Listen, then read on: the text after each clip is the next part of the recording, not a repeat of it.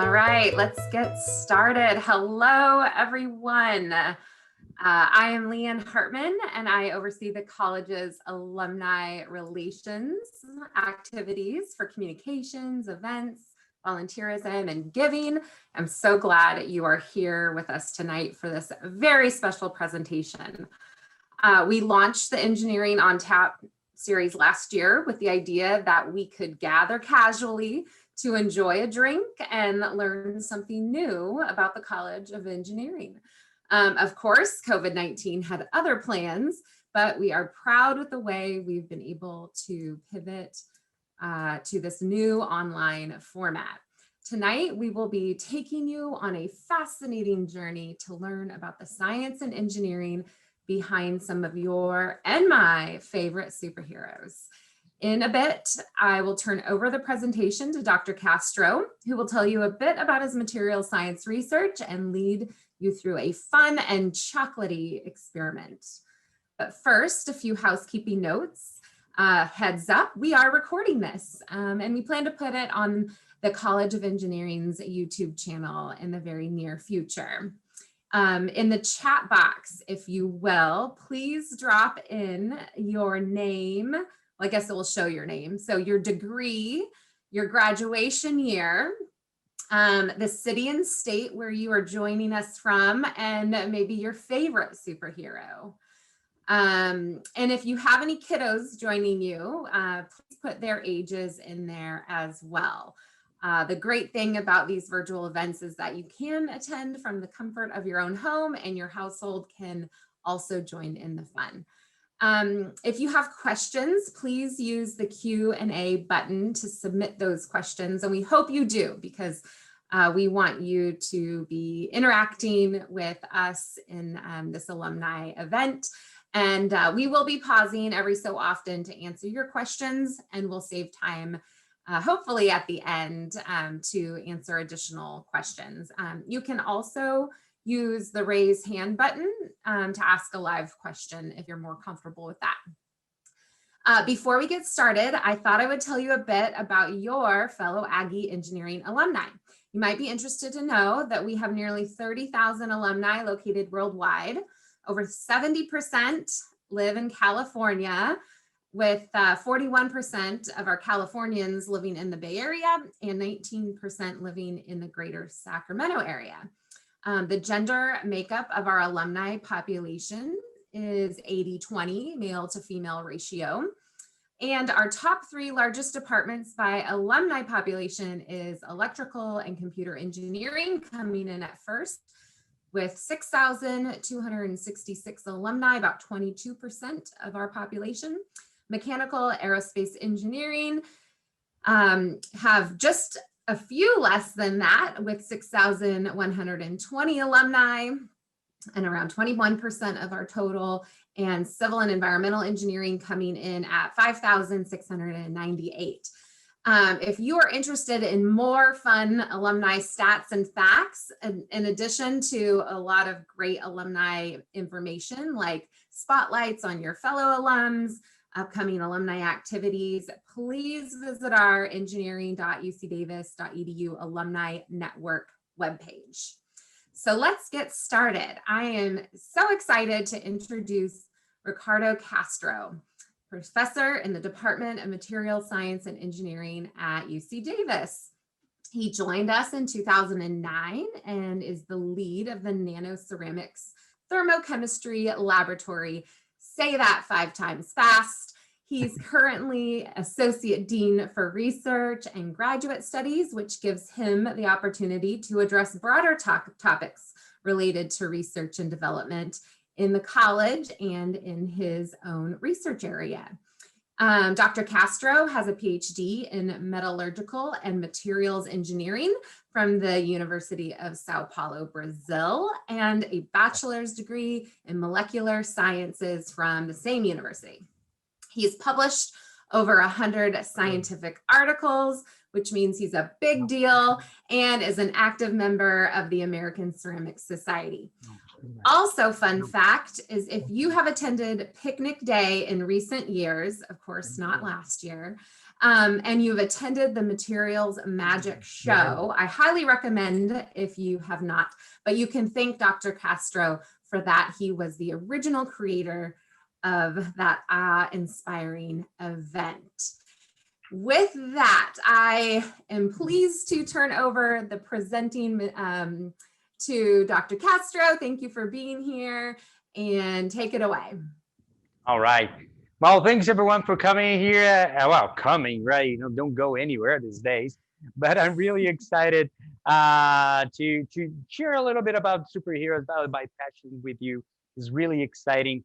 I realized that the new president set up a very high bar for my time here, so it's really hard to beat Kate Perry and all the fireworks and everything. But hopefully you're gonna have a good time. On my side, I actually have chocolate. So if everything goes wrong, in the end, we'll all be eating chocolates and happy with a big smile and so forth. So one thing that we're gonna do, talking about superhero, one thing that you have to think about is that it's not everyone impose my passion here. Actually, superhero is an amazing thing, really for sure. If I can spend here hours talking about superheroes just because they're fun thing to talk about. But another thing is that superheroes are actually a place for you to engage with your creativity side. And actual creativity side really can play a big role into aspects of innovation. You really think that, in fact, when you're talking about creating a new thing, creating like really innovations, actually, if you have an innovation, you need both sides of your brain to be working together. You have your brain they're working with creativity to combine with the knowledge. And once you have the knowledge, you actually can create something new. In fact, you would think that because today, just because of the fact that I can go in my cell phone, I can learn about anything just by the click of the button, actually, how you would actually do more innovations.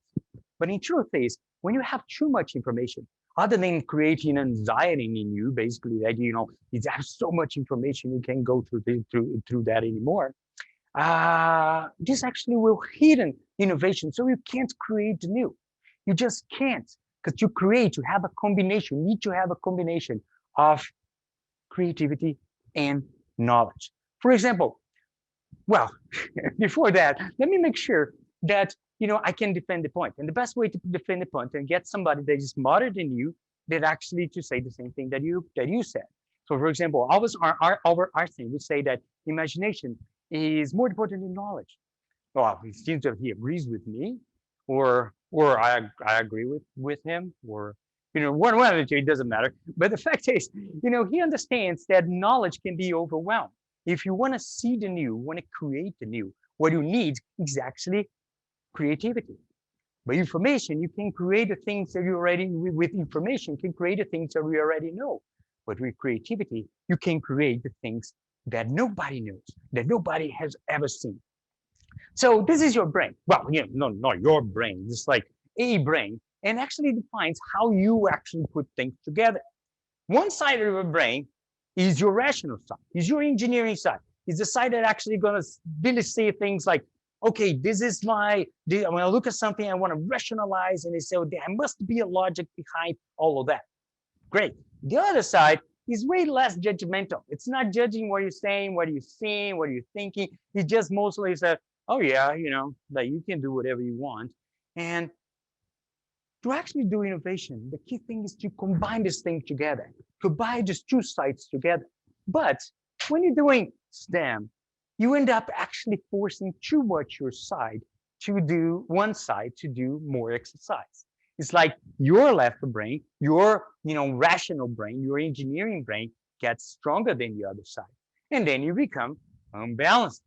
And of course, you want to be unbalanced. Not that it just doesn't work when the context of the things is to actually be innovative. Oh, okay. So I have to exercise my other side of the brain. Yes. So I have to understand how does it work. For example, your rational brain, your left side of the brain, will look at something like this, a Van Gogh's picture, and it say, I want to rationalize this. What is the message here? What's going on here? What is that? Am I in a vine tree? What is it? Is that a vine? Or no, I don't think it's a vine. I think it's a walnut tree. No, no, no, no, no. So your creative side actually is really enjoying the view. Because when Van Gogh painted this, actually was probably not really engaged into reality. He wanted to escape the reality. He wants to go somewhere else. He wanted to look at that and actually show the things that you cannot see with your own eyes. So we're looking at this picture and you want to extract the feeling, you want to have fun and enjoy the things that are irrational, the things that you can't express. That's where it is. Well, the escape of the reality, that's the key thing of it. So if you want to escape the reality, actually we've been doing this over and over again. Whoa, what do you mean? Actually, superheroes is one of the greatest escapes of reality. So the first superheroes was created in 1938. At that time, we actually was past the First War, and the world was very, very rationalized. The thing was really like we really need to, with math, we're discovering about atoms, quantum physics. We really have such a technical things that the humanity start pushing to the other side. We need something. We need to escape. We need to do something that does not relate to rational. And that came Superman. So Superman comes as an escape. He can do everything. He's actually from another planet. Start thinking, is there any other planet that has life? At that time, it was a good question. There's still a good question right now, right? But it doesn't matter. You just brought this guy that is awesome and can lift up cars and really pushing the limits of imagination. It's like no boundaries at all. Wow. So what does the College of Engineering have to do with all of this? Why do we care about superheroes other than it's fun to go to the movies and watch and read the comics with our favorite? Why do we care? Well, we care because we understand that the creativity that comes of this exercise of creativity with superheroes can really produce the major and most creative science we have ever produced. And we know that also the superheroes can engage the little kids and actually for us to get a new generation of engineers. You can inspire them. So we're inspiring in other ways, inspiring from the research side, inspiring in the education and the STEM side. So that's why we care. But I know at this point, you're just like, what is this guy talking about? I want to talk about superheroes and eat chocolates. Like, this is going to keep going for too much long. No, hold on, kids. Here it is. Got ourselves our superhero. Okay, let's talk about Spider-Man. Well, when Stanley created this guy, he basically, his kids are already eating chocolates. Good, go eat your chocolate. No problem. So when Stanley created this superhero, one thing that you have to have in mind is that he had no strings attached. There was no ground rule. The idea is that Stanley just thought it would be an awesome thing to have somebody that can climb from building to building and basically, they climb the walls and really be as sophisticated as awesome as Spider-Man is. Well, actually, it got me thinking. So I don't think Spider-Man will ever be created if you were in Davis, right? Because I don't think we have enough buildings to justify jumping from one building to the other. But anyway, that's not the point. But the fact is, when you're creating a superheroes, like even though you can create some boundaries to actually bring more realism to that, superheroes have and need no boundaries. But an interesting thing happens when you start bringing whatever you just created into an engineering world. So let me use here my engineering hat for a time and trying to understand what this is not my engineering hat. This is Dogman's hat. Who's this Dogman's hat here? Well, let's do without my engineering hat and try to understand. Oh, oops. So let's go for engineering hat and try to understand the spider webs and Spider-Man's power. So particularly, let's take his spider web. Spider web is really amazing thing. He uses to build shields, parachute, safety nets, or actually just as a rope to jump from building to building. It's such an amazing material, and that live just in Stanley's imagination. But at a certain point, you start looking, hey, maybe his imagination was a little tainted, because one thing that is really cool to see are the spider webs by themselves. So look at the spider webs. They realize they are amazing materials by themselves. So get a spider drag line and really, like one thing that you can do, you can stretch that in 5 times more longer than it actually is. So it's such a fascinating material that actually we cannot replicate as we have today. Like even if you go in the lab, you spend millions of dollars trying to do that. Well, and you have done that, and companies have spent and still spend money doing that. We can still actually get into to work.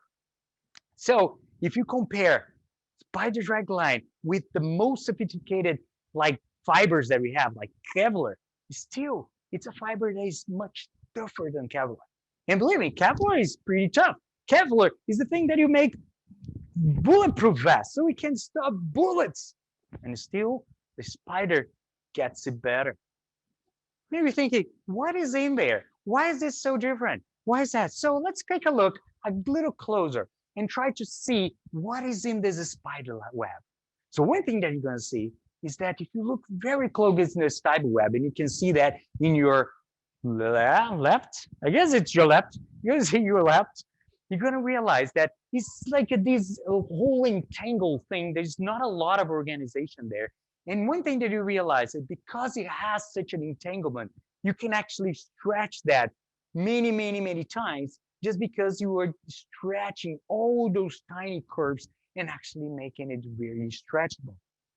So all you actually have on your right side is an actual artificial one made out by Nike. And one thing that you realize is that is actually not as crazy. It's actually very organized. And then you basically start having things that are not as good. Maybe there is a lesson here. Maybe you're being too organized as a scientist. But anyways, so one thing that we can do if you want to do Spider-Man, you can actually get a bunch of spiders and you start getting all the spider webs out of it. Not a great idea, right? I don't think this spider is very happy there when weaving this. But they used to do that. Like in Egypt, there is a lot of reports that actually have spider webs coming out of this, and they building these beautiful carpets out of spider strings. Weird, huh? Yeah, but you can do this with science and engineering. You can do this, for example, with bioengineering. What you can do, we can genetically modify these little animals called silkworms. You know about silkworms? Silkworms produce these beautiful cocoons. And actually what you have in these cocoons is actually you can get a lot of fibers. What is this fiber here? Well, this fiber is exactly silk. So what if you could modify this silkworm and actually put in its DNA something that belongs to a spider? And now the silkworm will actually produce a silk that is half silk, half spider web. Crazy, right? Crazy because it works. So you can actually get these fibers that are really half spider web, half silk. And then you can start thinking about, wow, if this work, I can think about a lot of crazy things that I could do. Maybe you can do maybe actually Hulk can be turned into real, or Red Skull can be turned into real. I don't know. Get me a little scared to be honest. But anyways, another crazy thing that I like about Superman, not Superman, about superheroes is Captain America's shield. You can obviously see from my background here that I actually have a shield. So not everybody gets to have a shield. That shows how much I love that thing. And in fact, a Captain America shield is such an amazing tool because it can block any sort of impact that you have that comes to it. In this picture here, you're seeing this hammer going into the shield, and basically Thor gets very frustrated because he doesn't go anywhere. So how can we actually make this Captain America shield a reality? To do that, we actually have to understand what happens when you impact the material. Impact is very different than any other load, like when you slowly do something. when I do a slow thing with the metal, basically, typically you can actually get it to bend very nicely. But if you do it very quickly, what typically happens is the atom does not have time to move. The little things, the little balls, the little atoms that make the material cannot move too fast. And what happens is that the thing just fractures. So fracture is a very it's a very common thing when you have high impact loads, high impact behavior going to that. And basically, as it depends on atoms moving around, of course, it depends on temperature.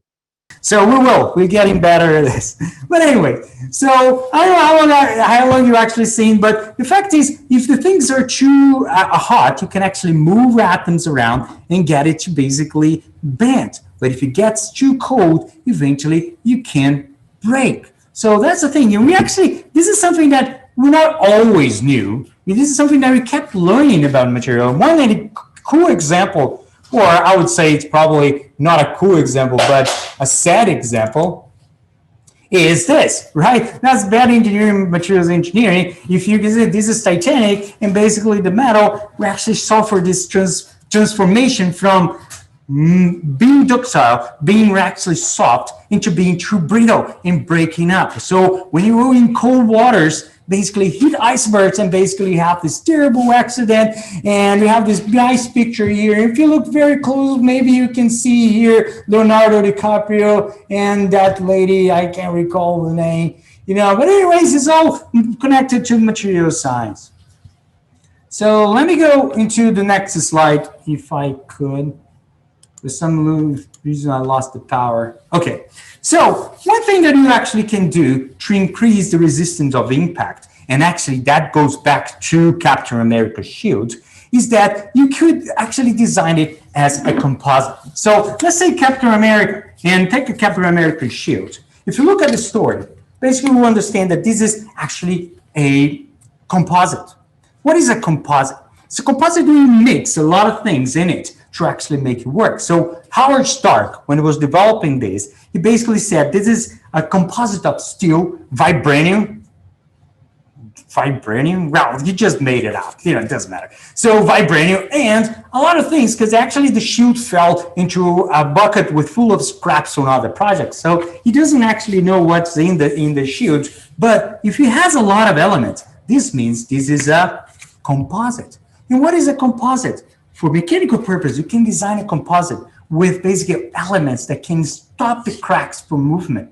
And if you can stop the crack, you can arrest those cracks or deflect the crack, you actually make things tougher. So in a composite, in a real material, like with it's not a composite, take a Thor hammers, they're going to hit it, you're going to go pow! And if you actually have a composite, it's going to go poof, just because the crack cannot go all the way.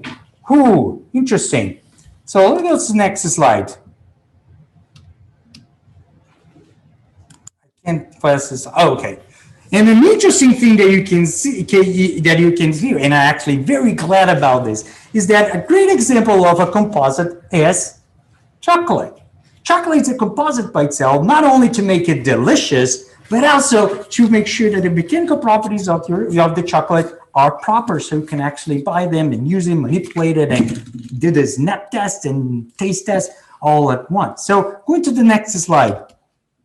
So here you have two chocolates, and I want you to understand the concepts of composite by looking at these two chocolates. So if you, on your right side, or again, I think it's your left side. Left side, you have a dark chocolate. And the key thing about the dark chocolate is that, it's other than it's dark, it's bitter and it doesn't taste so deliciously. On the other side, you have your creamy milk chocolate. And what you have on the center here is looking 100 times closer. So it's 800 magnification, looking very close at that. And although both of them look very smooth on the surface, when you look at them close, you realize they are full of tiny little particles. What are those particles? So the particles are basically sugar and butter and cocoa. So what is this cocoa and what is this butter? I can't see the difference. Yeah, no, with 800 magnification, you cannot see a difference. But when you compare these two, you already saw you can see that those are very different composites. One has a lot of sugar, which is your creamy one, and the other one is your dark chocolate, which doesn't have a lot of white things. It mostly have these dark things. Let's look a little closer and try to find all the pieces in your chocolate, all the elements of your chocolate. So this is an even closer look. This is done with a scanning electron microscopy. And basically looking very close, you can identify, oh, there you go. There are the blue ones will be your sugar. The cocoa particles are these tiny little red things. And basically the rest is just butter or any kind of fat. Oh, hey, wait a minute. Is there only that much of cocoa in my chocolate? Yeah, pretty much what you're actually eating is butter and sugar. I'm sorry, but still delicious, right? You know, you can put a little vanilla too. Actually, it also is gonna work. So let's go for the next slide, please. So now I want you to pose a question, and eventually you're gonna do these experiments together. And my question to you is really simple. Which one is stronger? Which one is tougher? Which one is gonna break first? So what do I mean? So the dark chocolate is a composite, and we have these tiny little cocoa particles distributed, and these big sugar ones. And in the matrix, in the base, which is basically butter. On the other side, we have butter and these big chunks and lots of those red chunks of sugar. So the big question is, which one's going to be stronger? I don't know. We have to do a test for that. In material science, we always have to do a test. So let's do this together. And what you're going to need is on the list of things that I hope then maybe you get. You get that. So you're going to need a dark chocolate. I recommend it 85% just because, it goes well with coffee. And I like it. And the extra creamy. And the extra creamy is basically mostly sugarish. And my kids love it. Not with coffee, but with more milk. So, and anyways, so we need just to experiment. What else you need for your experiment? Well, actually, one thing that you're going to need is basically the wrapping. So don't toss the wrapping. You're going to need this wrapping. This is very important for you to run your experiment. And you're going to need a ruler and basically a string and tape and a lot of creativity. So let's go for that to the lab. I'm going to move my setup a little bit here so you can see me doing an experiment, and I hope you can join me doing an experiment. If you don't want to join me doing an experiment, that's fine. Just watching and eat your chocolate if you're already bored with your chocolate. Let me get a piece of that's very important for my experiment. The wall. Oh, wait a minute, and let me set up my camera a little better here. There we go.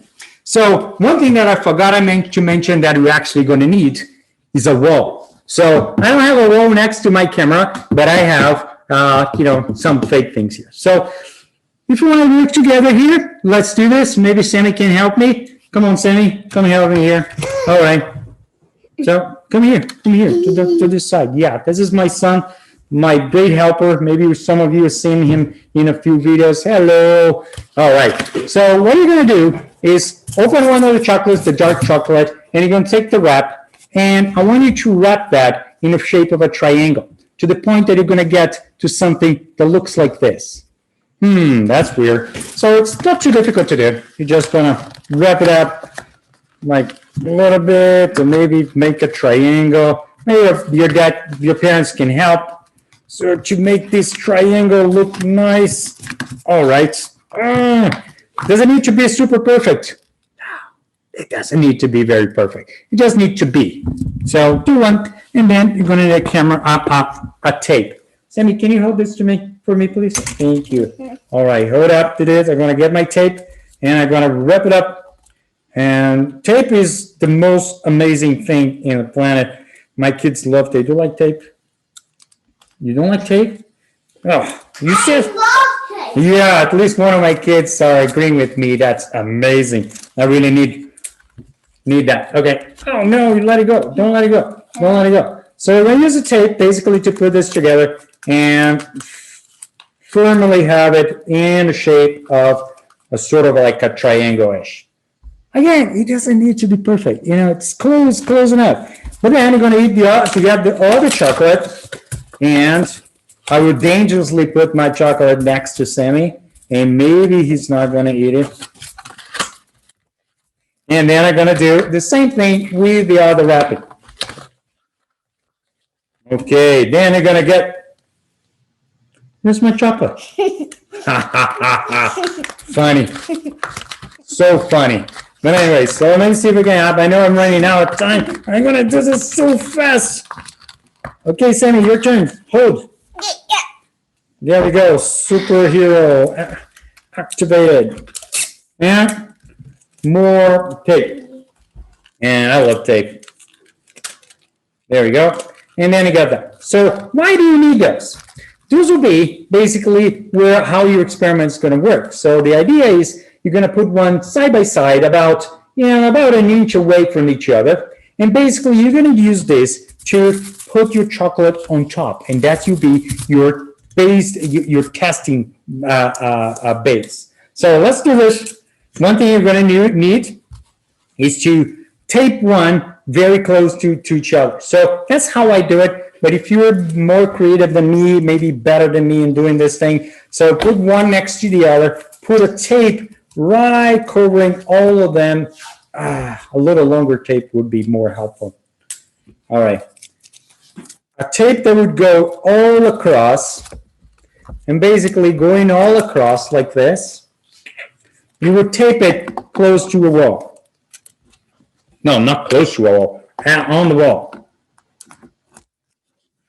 All right, so that's your testing bag right there. Nice. Does that look cool? No, it doesn't look very cool, but it's going to be very useful, so it doesn't matter. So now you open your chocolate. You open that one? Okay, open that one. I'll keep open this one here. Now you open the chocolate, and you don't eat it. Not right now. Don't eat your chocolate. Oh, you're making me. Okay, later. You can eat this one. Dark chocolate. I don't like it. Okay, Sammy wants me to start with the milk chocolate. So let's start with the milk chocolate. I want 4 blocks, Sammy.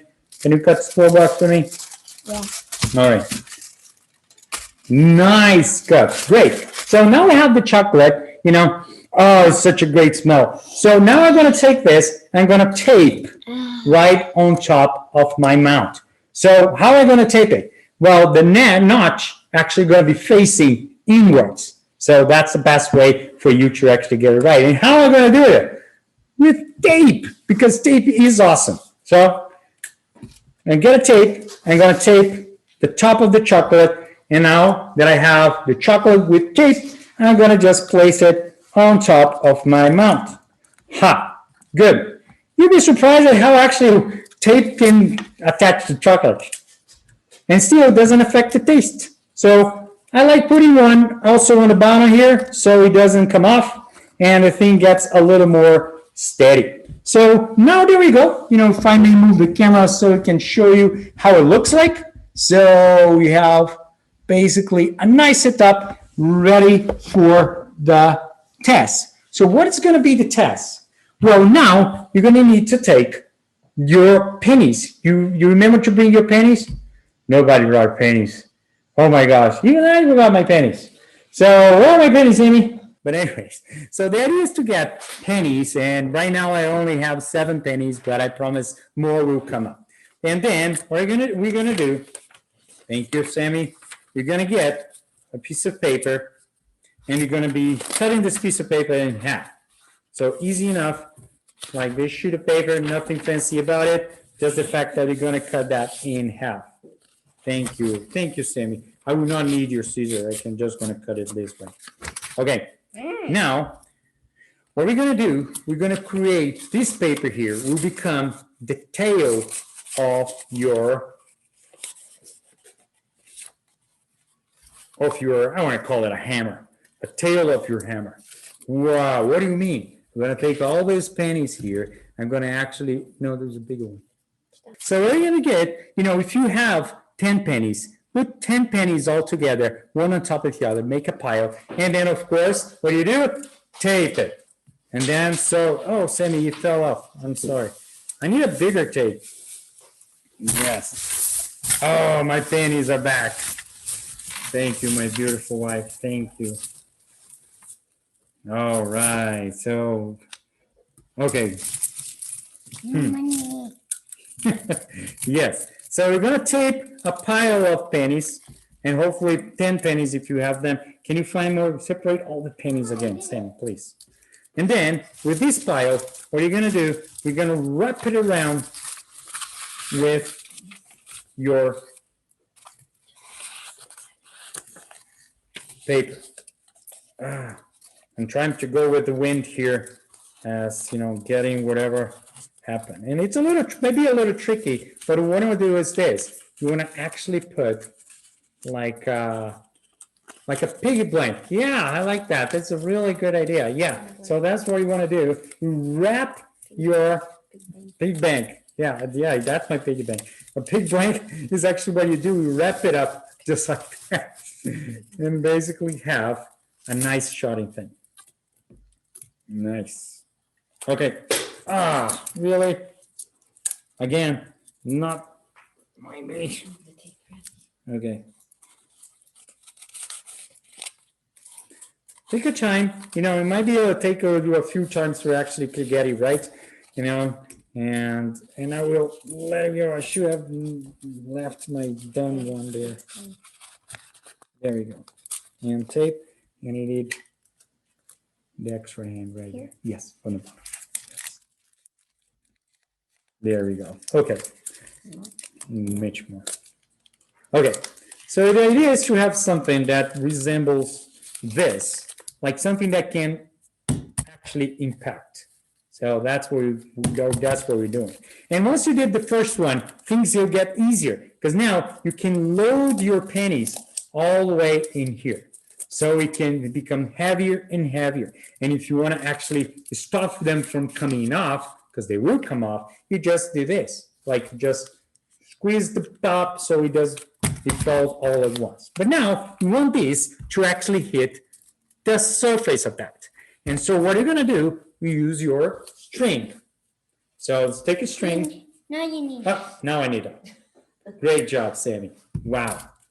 And now what I'm going to do, I'm going to type my, or I can tape it. Yeah. I'm going to type right here and hopefully it's going to work this time.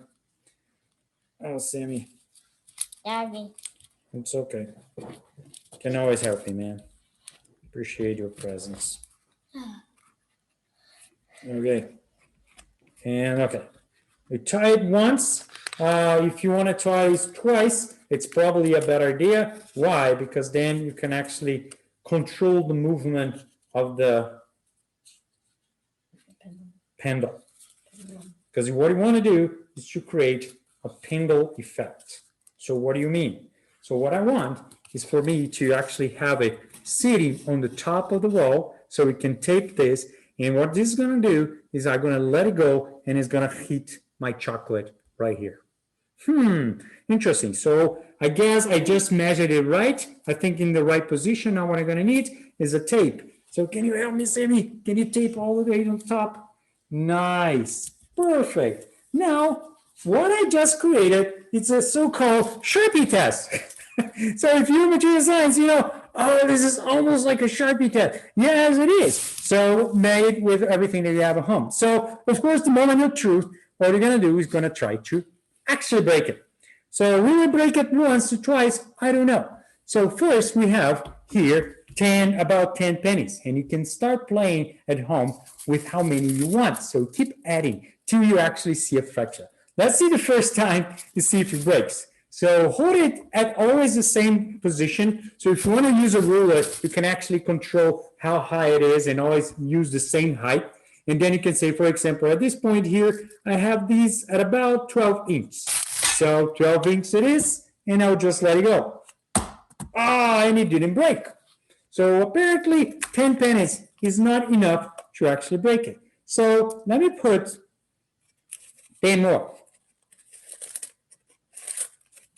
At this point, if you might have broken, it's totally possible. So if you did, it is what it is. You eat your chocolate. That's your reward. Reward for doing the experiment right. is that you can actually eat your chocolate. So let's do it again.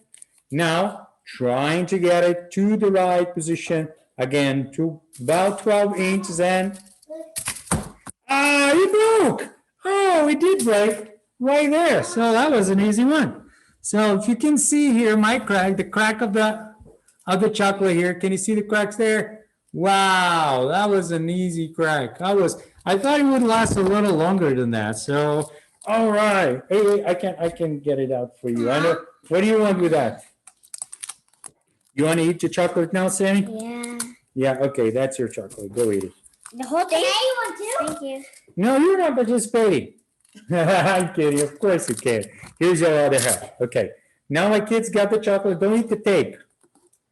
I'll take it off. Now, please. Now we can do the other one.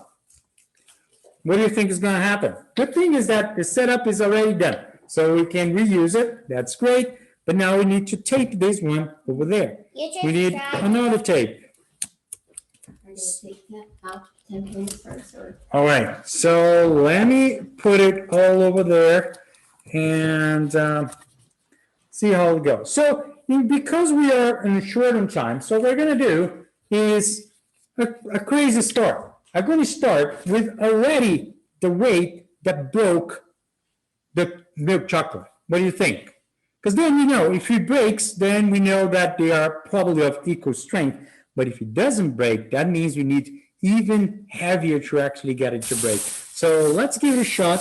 I need to make sure my tape is here. You can take the bottom of it as well. Everything is properly set up here. Nice. Now that's going to be a fun experiment. Let's see if it breaks.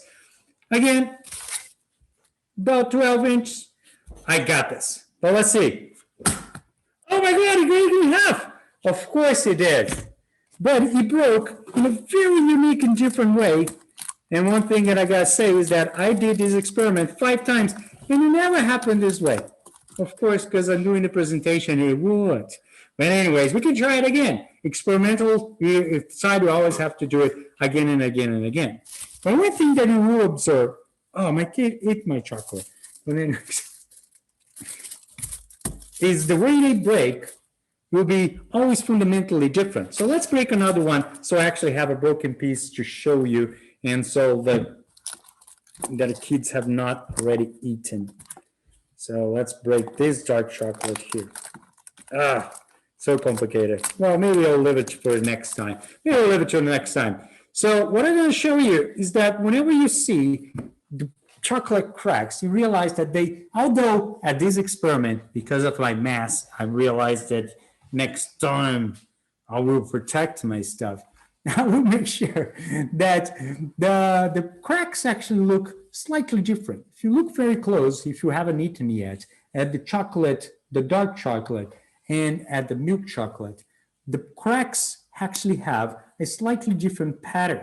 It's almost like there is more soft breakage in the milk chocolate than there is in the dark chocolate. It's almost like there's a sharp crack running through this versus a soft crack coming into this one. And this is basically not only because of the temperature that you have in a room, but mostly because of the composition and how this is processed. Well, you know, I did this experiment once. I thought it would work the way I want, but it didn't. You know, that's the nature about science. And science is unpredictable, right? You know, that's a cool thing. You know, I tried to do experiments and it didn't work as we want. But anyways, so the cool thing is that as you close look into that, you realize there are tiny little difference. And this makes composites an awesome way to control mechanical properties. Anyways, so hopefully you had fun. You know, I hope you continue doing the experiment. I could continue doing the experiment over and over. I love doing this kind of experiment. Particularly got frustrated. Now I'm pretty sure when I turn this off, I'm gonna come back here and I do it and show my kids that yes, it works. But anyways, so hope you enjoyed. And back to you, Leanne. I hope you enjoy it as well. You know, I'm just sitting here laughing at the joy of working at home with your children. I think any parent on the call right now can relate. You did an amazing job. Thank you so much, Dr. Castro. I could see a lot of different ways you could do this experiment with different chocolate brands, different chocolate types. Oh, yeah. There weren't too many questions, so I would like to, put a plug for some questions. We have a few minutes before 6. I have a couple of questions while everybody's thinking about their questions. Are there other composite experiments that people could do at home, like you just did with the chocolate, but maybe with some different materials? Oh, that's a good thing. Well, we can do other things with chocolates because chocolates are great. One nice trick that I almost done that experiment is actually when you hold the chocolate like this and you basically, instead of impacting it, because I find it fun impacting because it, it's almost like Captain American kind of thing, but you can actually hold a weight. So you can put a plastic cup at the bottom and basically keep adding pennies. So we add the penny and then eventually what we'll see, one will break at different weights. So again, you can relate that to the mechanical property, and that's a more controlled experiment we can do. The other thing you can do is the fun thing with bananas. The good thing about a banana is that at room temperature, if you throw that on the ground, it's going to go whoosh, right, whoosh. But then put it in the freezer and it's going to be pretty hard. And then what you throw it on the ground, it's going to go shatter. So that's a clear demonstration of atoms moving, atoms not moving, and so on. So it's really everything is materials. That's the beauty about materials. Every look around, everything that you have is a material and has a property on that, and you can assess that somehow. This is mechanical properties, but we have a lot of other experiments where you explore other properties like thermal conductivity. How can you design materials that do not conduct heat so you can protect your hands when you're actually handling hot things? So we have some cool experiment where actually, you can create a foam around your finger, like with cornstarch, and basically you can put your finger on the fire and you won't get burned. I don't think parents will say, I don't want my kid doing that. Yeah. You can do it in front of him or her. So, so you can entertain your kid doing that. But these are the other kinds of experiments we're looking forward to do. And yeah. Fantastic. Okay. Who's your favorite superhero?